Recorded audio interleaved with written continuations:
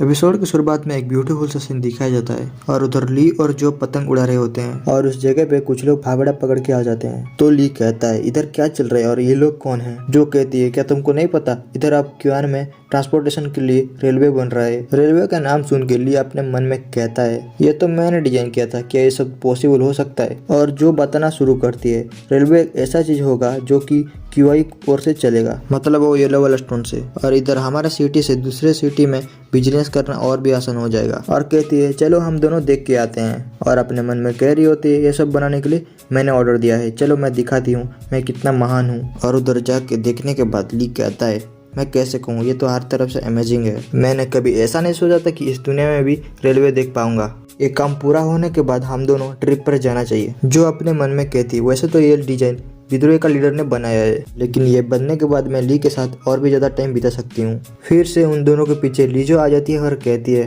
कौन है ये लोग, कहाँ से आते हैं ये? क्या कोइंसिडेंस है, मैं तुमको इधर मिल पाऊंगी कभी सोचा नहीं था। क्या तुम दोनों मुझे न्यू जॉब करने जगह पर देखने आए हो? ली पूछता है तुम्हारा पुराना रेस्टोरेंट वाला जॉब का क्या हुआ? ली जो कहती है रेस्टोरेंट का मालिक ने मुझे ये जॉब करने के लिए कहा और इधर का सैलरी भी बहुत अच्छा है। ली कहता है तुमको फिर से घुटने टेक के भीख तो नहीं मांगना पड़ा? ली जो बोलती है इस बार मुझे घुटने टेकने नहीं पड़े, क्योंकि मेरे पुराने बॉस ने इधर जॉब पे लगवा दिया, क्योंकि मैं मेरे पुराने जॉब में कुछ प्लेट तोड़ दिया था और कुछ कस्टमरों को पीट दिया था, इसलिए मुझे नौकरी से निकाल दिया। ली कहता है मुझे यह जानकर आश्चर्य हो रहा है कि तुम नॉर्मल दुनिया में कैसे हो।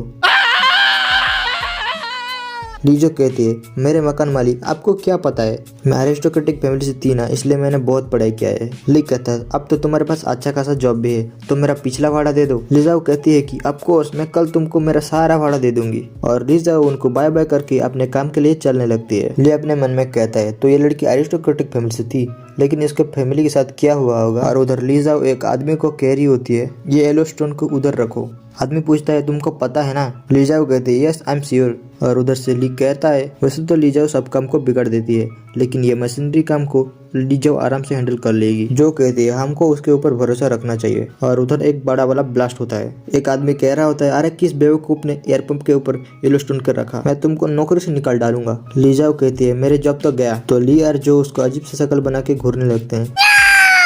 और उसके बाद ली जो अपना हाथ जोड़ के मुंडी नीचे करके कहती है मेरे मकान मालिक मुझे और कुछ दिन दे दो भाड़ा देने के लिए। ली जो की तरफ हाथ दिखा देता है तो ली जाओ जो कि पैर को पकड़ के रोने लगती है और कहने लगती है सिस्टर जो रावली आप दुनिया का सबसे खूबसूरत लड़की हो, आप स्वर्ग से आई हुई परी हो, कृपा करके एक छोटा सा गरीब बच्चे पर रहम कीजिए। तो जो उसका मासूम सा शक्ल देख के कहती है तो चलो मैं तुमको और कुछ टाइम देती हूँ रेंट देने के लिए। लीजा बहुत खुश हो जाती है और कहती है थैंक यू, आपका ये उपकार जिंदगी भर याद रहेगा मुझे। सिस्टर जो रावली और मेरे मकान मालिक आप दोनों आज मेरे घर पे खाना खाओगे। और उसके बाद ली जो अपने घर उन दोनों को ले आती है और उसके घर के अंदर पूरा सामान बिखरा हुआ पड़ा था और सारा घर कबाड़ा हो गया होता है। तो ये सब देख के ली और जो का आंखें खुला का खुला रह जाता है। ली कहता है मुझे याद है मैं तुमको घर देने से पहले ये घर तो ऐसा नहीं था।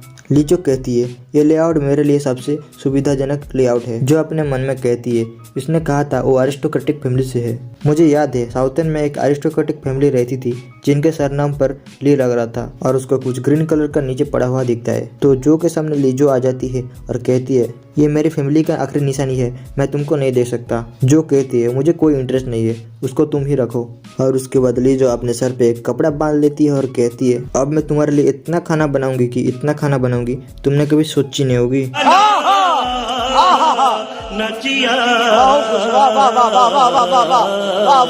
तो ली कहता है क्या तुमको खाना बनाना भी आता है क्या? तो लीजो कहती है don't underestimate the power of Lizzo. Lee कहता है कॉमिक के हिसाब से वो अब डार्क डिश बनाएगी। जो पूछती है ये कॉमिक क्या है? और उसके बाद लीजा उन दोनों के लिए बहुत सारा खाना बना दिया होता है और उसके बाद वो दोनों खाना ट्राई करते हैं और वो दोनों को खाना पसंद भी आता है। और लीजा अपने मन में कहती है मेरे फादर ने जाते समय द फॉलन इमॉर्टल को ढूंढने के लिए कहा था, लेकिन मैं हर जगह देख चुकी हूँ और अब मुझे मेरे मकान मालिक के ऊपर शक हो रहा है। मैंने उस दिन मकान मालिक का असली ताकत देखा था और आज मेरे लिए एक अपॉर्चुनिटी है। मैं चेक कर सकती हूँ मेरे मकान मालिक द फॉलन इमॉर्टल है या नहीं। और इधर एपिसोड 15 खत्म होता है। एपिसोड 16 शुरू होता है और ली और जो उधर खाना खा रहे होते हैं और अचानक से ली जाओ ली को पूछती है, मेरे मकान मालिक आप उस दिन उन लोगों को कैसे इतने आसानी से हरा दिया। ली अपने मन में कहता है ये मुझे मरवाएगी, उस बारे में क्वेश्चन क्यों पूछ रही है जबकि मेरे साइड में जो बैठी हुई है। हरामी मानुस 2 दिन में पलट गया। वाह। जो डांटते हुए ली को कहती है तुमने मारपीट किया, अगर तुमको कुछ हो जाता तो क्या होता। ली कहता है ये छोटा सा हाथापाई था, वैसे भी वो लोग बहुत कमजोर थे। ली जाओ कहती है हाँ वो लोग बहुत कमजोर थे, अगर मैं उनको एक पंच मारती ना तो वो सब लोग उधर ही ढेर हो जाते। चल झूठा। जो कहती है अगर तुम फ्यूचर में कभी भी मुसीबत में पड़े तो तुम सीधा जाके यमन के सैनिकों को बोलना, खुद लड़े मत करना। लिजा पूछती है मेरे मकान मालिक आप कैपिटल के अंदर क्यों आए थे। ली कहता है वैसे तो कोई पर्टिकुलर रीजन नहीं था, लेकिन मैं कैपिटल के अंदर घूमने आया था और इधर कुछ दिन रुकने का डिसाइड किया। दिन ऐसे ही बीतता चला गया और एक दिन मेरी मुलाकात जो से हो गई और उसके बाद के बातें तो सब हिस्ट्री है। लिजा पूछती है तुम तुम्हारे पास्ट को ज्यादा इम्पोर्टेंट दोगे कि सिस्टर जो को ज्यादा इम्पोर्टेंट दोगे। ली कहता है पहले तो मैं पास्ट की तरफ जाना चाहता था, लेकिन अब जो मेरा फ्यूचर है। और उसके बाद ली पूछता है तो तुम्हारे लिए पास्ट कितना इम्पोर्टेंट है। तो ली जाओ सैड होते हुए कहती है मुझे नहीं पता, मैं बस मेरे फादर की कई हुए रास्ते पर चल रही थी और मेरा घर कैसे चला गया उसके बारे में नहीं पता। मुझे नहीं पता कि क्या हुआ होगा, मैं मेरे पास्ट को भूलना नहीं चाहती। ली कहता है लाइफ तो एक सड़क जैसा है, बीच में तुमको बहुत सारे उबड़ खबड़ भी मिलेगा। तुम पास्ट के बारे में बहुत मत सोचो, अब तुम्हारे पास क्या है उसके बारे में सोचो। तो ली जाओ मुस्कुराते हुए कहती है 1 साल के लिए मेरा रेंट माफ कर दो। वो दोनों नो बोलते हैं। सीन चेंज होता है और हमको दिखा जाता है ली और जो पेड़ के नीचे बैठे होते हैं। जो कहती है तुम इतना कैसे रिलैक्स हो, तुमको गर्मी नहीं लग रही क्या। ली कहता है नहीं चलो मैं तुमको हवा कर देता हूँ। ली हवा करता है और पूछता है क्या आप तुमको अच्छा लगा। जो कहती रहती है और ज्यादा हवा करो।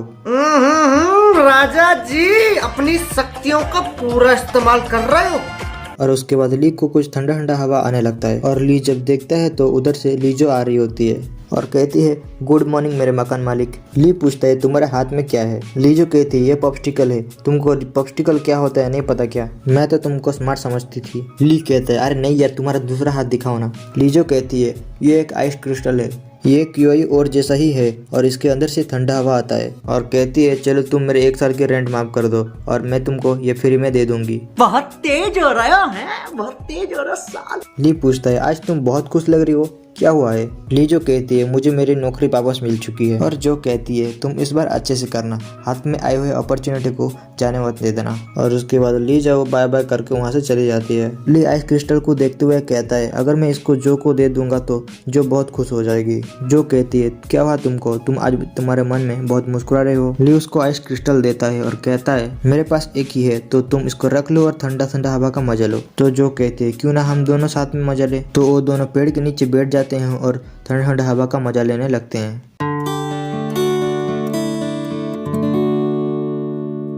और इधर ही एपिसोड 16 खत्म होता है।